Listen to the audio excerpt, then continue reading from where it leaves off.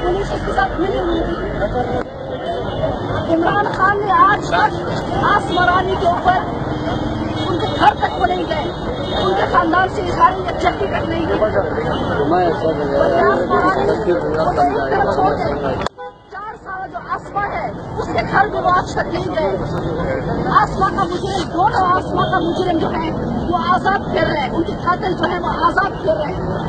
कहाँ है पीटीआई मुर्दाबाद, पीटीआई मुर्दाबाद, पीटीआई मुर्दाबाद, पीटीआई मुर्दाबाद, पेंशन खटक मुर्दाबाद, पेंशन खटक मुर्दाबाद।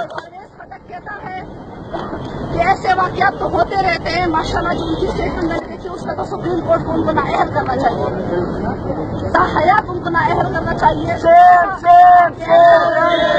ऐसा बेशरम हुक्मरान आज आ गया है जो कहता है ऐसे वाकयात तो होते रहते हैं, मैं इधर उधर नहीं खेल सकता।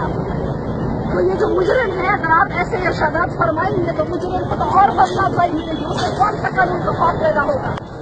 जब मुजराना इस किस्म की बात करेंगे, आप इंसाफ की बात नहीं करेंगे, आप गरीब की बात नहीं करेंगे।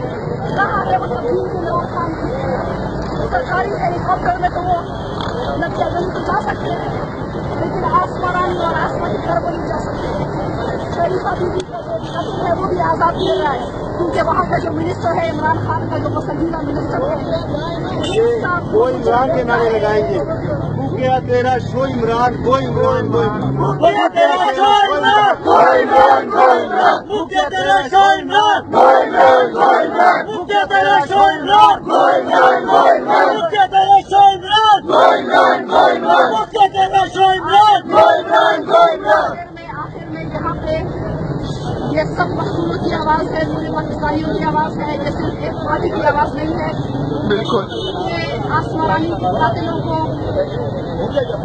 जो है पकड़ा जाए, आसमा रानी के कातिलों को पकड़ा जाए, फौरी गिरफ्तार किया जाए और परवेज खटक को इस्तीफा देना चाहिए। परवेज खटक इस्तीफा दे इस मामले पर, और जो आसमा रानी का केस है